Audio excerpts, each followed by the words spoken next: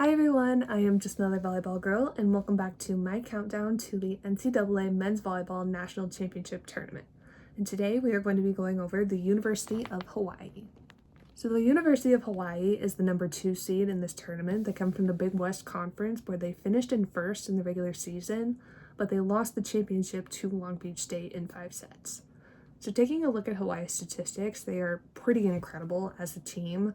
They're first in the nation in kills per set with 13.54, fourth in the nation in efficiency at 366, sixth in the nation in aces per set, 1.75, and fourth in the nation in blocks per set at 2.56.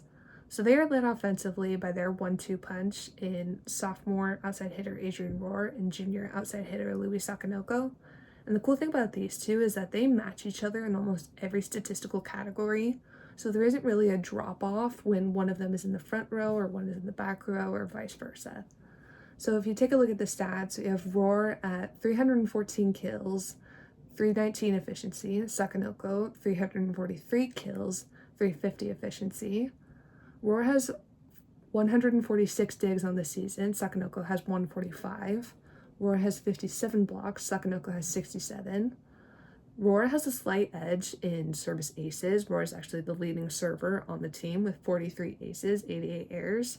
But Sakanoko also has 31 aces, 87 errors. And then in assists, which isn't really as big of a factor, but they are really close, Rohr with 52 assists and Sakanoko with 57. So as I said previously, what this kind of allows Hawaii to have is consistency all the way across their rotations. So they know that they have a good position 6 defender when either of them are in the back row. They know that they'll be secure up in the front row, and both of them can hit equally as well in the front row and the back. Canadian transfer Quentin Granich runs their back row. He has 230 digs with about 2 digs a set. He's been really good this year. I didn't really know much about him going in, but he's impressed me a lot. And then their net defense is anchored by 2 middle blockers, Travell Jordan and Justin Todd. Justin Todd leads the team in blocks with 95 blocks on the year and about a block per set. Todd also has 113 kills, about 1.26 kills per set, on a 421 efficiency. And Travell Jordan has 116 kills, 1.36 kills per set on a 500 efficiency, which would be good for, I believe, 3rd in the country if he had the number of attempts that would allow him to be considered for that, but he does not. He also has 71 blocks and 0.84 blocks per set. Hawaii's offense runs through their arguably their star player in Trent Rosenthal, who's also a finalist for the National Player of the Year. He was also the Player of the Year in the Big West. And he is one of the most dynamic setters I think I've ever seen. I think he's probably the closest thing that the USA will ever have to Amoni Nikolov. But he has 10.75 assists per set, which is good for 2nd in the country behind only UCLA setter Andrew Rowan. 96 kills, 0.88 kills per set, and a 425 efficiency, which is great. That's usually what you'd like your setter to be hitting at. But the thing that I love most about Rosenthal's statistics is that he has 93 blocks and 0.85 blocks per set, which means he is the 2nd best blocker on the team, which is great because that means that when he's in the front row, there is no drop-off as a blocker, because some teams that have smaller setters tend to struggle when their setters are in the front row because the other team's outside hitter can just go over them. But this is not the case with Trent Rosenthal. I mean, he's 6'10", so that tends to help. But having your setter be the 2nd best blocker on the team is pretty incredible. One of Hawaii's biggest weapons during this tournament, I think, is going to be their flexibility that they have at opposite hitter. They have Kainoa Wade and Christian Citrisky, who can both start and both produce at a really high volume.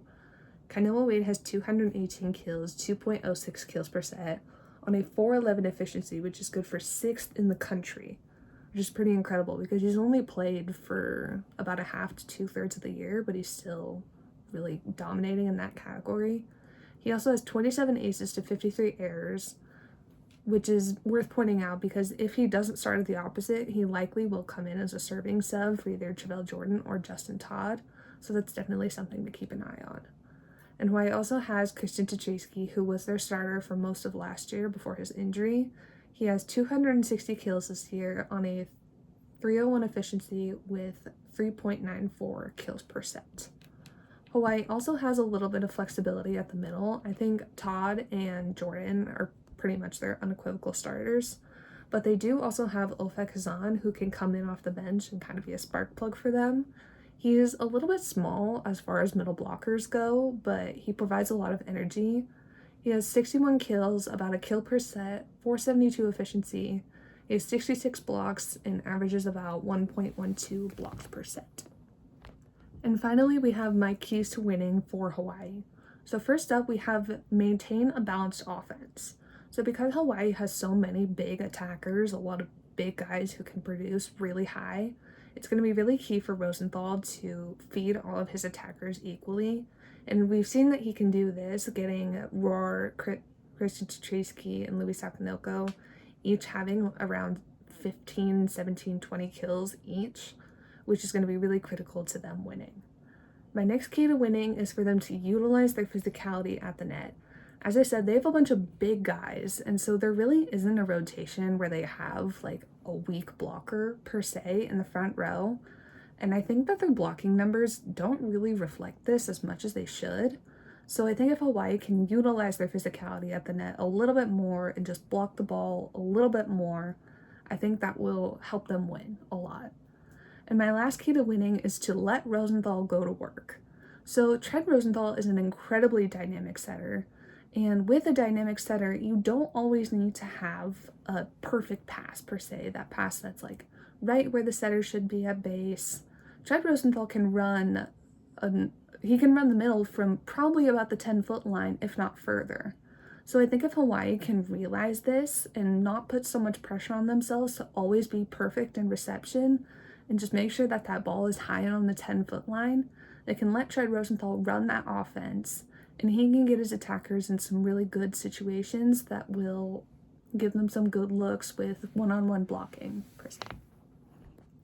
Alright, so there you have it. That is my breakdown of the University of Hawaii going into the NCAA Men's Volleyball National Championship Tournament. I hope you enjoyed the video. If you did, please like, and I will see you all tomorrow where we will be breaking down the next team. Bye!